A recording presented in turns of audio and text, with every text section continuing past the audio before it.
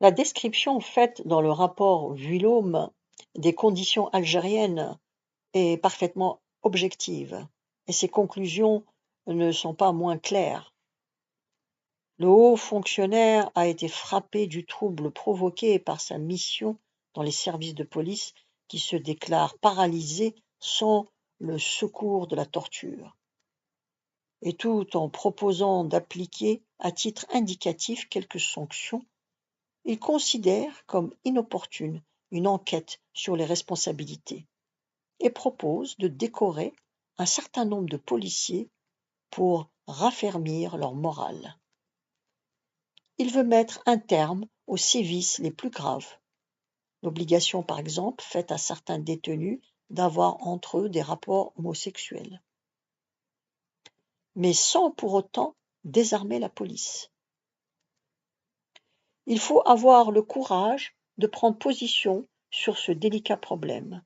En effet, ou bien on se confine dans l'attitude hypocrite qui a prévalu jusqu'à présent et qui consiste à vouloir ignorer ce que font les policiers, à condition qu'il n'y ait pas de traces ou que la preuve ne puisse être faite des sévices employés, et la police remplit sa mission en commettant parfois des excès, sorte de complicité tacite des autorités, ou bien on prend l'attitude faussement indignée de celui qui prétend avoir été trompé, on jette l'anathème sur la police, on lui interdit tout autre procédé que l'interrogatoire correct, et on la plonge dans le désarroi en même temps qu'on la paralyse. Pour sortir de ce dilemme, M. Vuillaume propose une solution. À ce que disent les experts, les procédés du tuyau d'eau et de l'électricité, lorsqu'ils sont utilisés avec précaution, produiraient plutôt un choc, au demeurant beaucoup plus psychologique que physique, et par conséquent exclusif de toute cruauté excessive. La méthode, toujours selon les experts, consisterait pour le tuyau d'eau à introduire l'eau dans la bouche jusqu'à la suffocation seulement, sans évanouissement ni ingestion. Quant à l'électricité, ce serait uniquement des décharges rapides et multiples pratiquées sur le corps à la façon des pointes de feu. C'est bien l'usage de ces procédés qui fournit la solution recherchée. Il convient donc d'autoriser la police judiciaire, et elle seule, à utiliser des procédés spéciaux, dans des conditions à déterminer, par exemple, seulement en présence d'un officier de police judiciaire ou d'un commissaire. Cette conclusion, qui évoque un passé récent et douloureux, allusion à la Gestapo, peut paraître choquante, mais puisque le problème est posé, il ne saurait être question de l'éluder. Il n'est pas nécessaire non plus de souligner la gravité de ces conclusions. Pour la première fois, un haut fonctionnaire de la République, n'appartenant pas à la police, proposait tout simplement de légaliser la torture, de rétablir ce qu'on appelait jadis, avant Louis XVI, le supplice de l'eau, tout en y ajoutant plutôt l'usage plus moderne de l'électricité. Au contact des milieux policiers, M. Vuillaume avait formulé une doctrine qui sera reprise, nous le verrons, en termes presque identiques dans les milieux militaires. Destinataire de ce rapport, M. Soustelle se refusa absolument à en approuver les conclusions pratiques. Il accepta toutefois, et cette décision paraît rétrospectivement très grave, de ne pas rechercher les responsabilités antérieures. Dans la pratique, la torture était théoriquement interdite, mais les tortionnaires restaient couverts. De toutes les solutions possibles, on avait choisi la plus hypocrite. Les conclusions du rapport Vuillaume étaient destinées théoriquement à ne pas sortir d'Alger. Les problèmes soulevés par son enquête parvinrent cependant presque aussitôt, en fait, à un niveau plus élevé, celui du gouvernement de Paris. Dès le 20 mars 1955, en effet, le gouvernement Faure recevait un rapport détaillé sur le fonctionnement de la police en Algérie. Ce rapport était dû à M. Jean Méret, directeur de la police Sûreté nationale. Jean Méret, qui occupa ce poste du 16 juillet 1954 au 19 août 1957, n'est pas un policier de profession ou de vocation.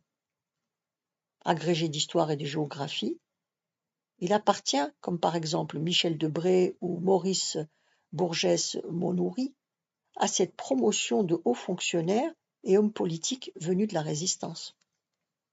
Comme beaucoup de préfets, il est alors membre du Parti socialiste. Son attitude face à l'insurrection algérienne est à bien des égards celle du Français moyen. Il estime que les insurgés sont des fanatiques inspirés par le colonel Nasser. Il confond le FLN, moteur de la lutte algérienne, et le MNA, Mouvement national algérien, du vieux leader Messali Hadj, dont le rôle est dès lors relativement secondaire, et il approuve le principe du rétablissement préalable de l'ordre, ce que Jacques Soustelle commence alors à appeler la pacification. Les problèmes examinés dans son rapport sont donc essentiellement techniques. La police algérienne lui apparaît non comme l'instrument efficace et centralisé auquel depuis le temps de Bonaparte tout haut fonctionnaire est en droit de s'attendre, mais comme un conglomérat plutôt de milices privées. Pour Jean Méret, le problème des tortures sur lequel pour la première fois il attire l'attention du gouvernement, il lui transmet le rapport Vuillaume avec un commentaire indigné, est essentiellement lié à l'anarchie qui règne, si l'on peut dire, sur la sécurité algérienne. Que les policiers ayant des mauvaises habitudes soient transférés en France, que soit rétablie en Algérie l'autorité de l'État, que le gouverneur général gouverne réellement et cesse d'être l'instrument docile de ses services, et le problème des tortures ne se posera plus. Une police rénovée pourra vaincre et vaincre honorablement. En somme, Jean Méret reprenait le programme de Mendès France. Mutatis mutandis. Ce sera aussi le programme du général de Gaulle. De fait, comme l'avait parfaitement compris Jacques Soustelle, l'Algérie était sous-administrée. L'appareil d'État français ne rejoignait le bled que par l'intermédiaire de policiers malhonnêtes et de caïds corrompus. Il y avait bien entendu des exceptions. Restait à savoir s'il serait possible de combler le vide administratif et de rendre la répression plus humaine tout en continuant la guerre. Dans un second rapport, daté du 13 décembre 1955, Jean Méret est nettement plus optimiste, ou plutôt plus pessimiste. Il constate en effet que, même si la réforme de la police est en bonne voie, la pratique de la torture ne cesse de s'étendre. À l'appui de cette affirmation, il cite un certain nombre de rapports qui ont été adressés par des inspecteurs métropolitains détachés en Algérie et traités par leurs collègues de poulets au cœur tendre. L'un de ces inspecteurs fit cette déclaration. Il est bien évident qu'au cours de mes 3 mois de présence, il était impossible d'ignorer que ces méthodes, la torture, étaient employées couramment. Nos collègues d'Algérie ne s'en cachaient d'ailleurs pas, et il faut bien admettre que leur argumentation justifiait en partie les inégalités soumises, ou plutôt commises. Intégrés dans une communauté où il n'existe pratiquement que 2 couches sociales, celle des Européens, qui possèdent tous les privilèges, et celle des Français musulmans, constituant l'ensemble de la masse laborieuse et considérée depuis toujours comme inférieure. Leur comportement ne pouvait qu'être imprégné de cet état d'esprit, d'autant plus qu'ils sont eux-mêmes, en grande majorité, issus de familles de colons. Dans cette situation, l'intervention de policiers ou d'enquêteurs métropolitains ne pouvait qu'inciter les policiers locaux à accumuler mensonge sur mensonge. À ce propos, M. Méret cite un exemple d'autant plus impressionnant que, remontant à novembre 1954, il préfigure, jusque dans ses petits détails, une affaire qui devait avoir, à partir de juin 1957, un retentissement considérable. La disparition entre les mains des parachutistes de Maurice Audin. Un étudiant, Belkacem Zedour, fut arrêté comme sympathisant nationaliste au début de l'insurrection et disparu.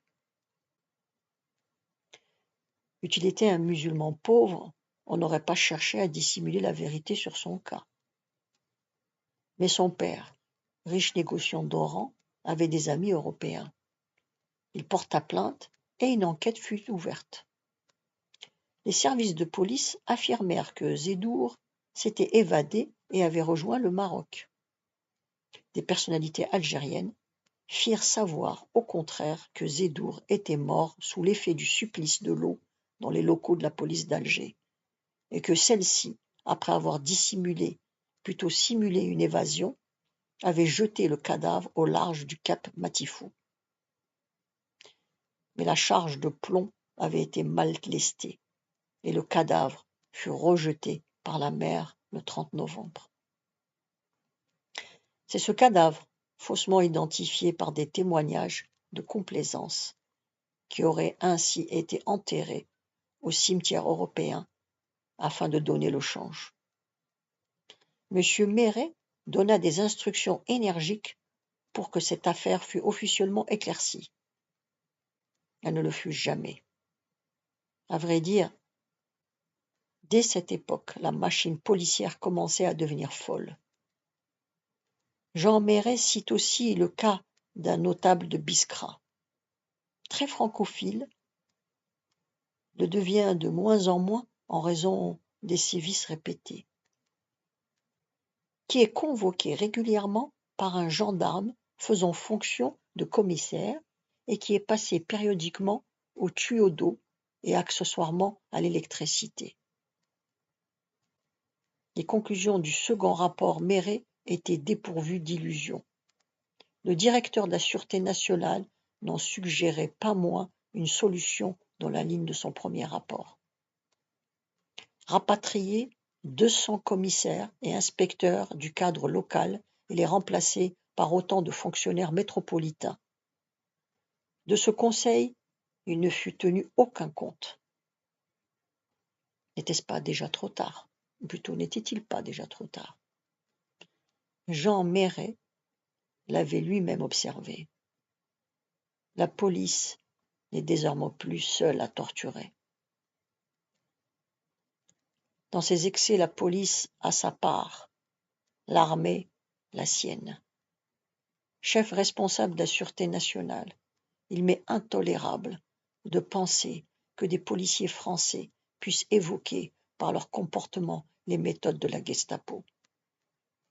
De même, officier de réserve, je ne puis supporter de voir comparer des soldats français aux sinistres SS de la Wehrmacht. Des policiers continuèrent en effet à torturer jusqu'en 62. Mais déjà, leur tâche était progressivement reprise en charge par une autre force, l'armée de la République. La suite demain. Vous pouvez vous abonner.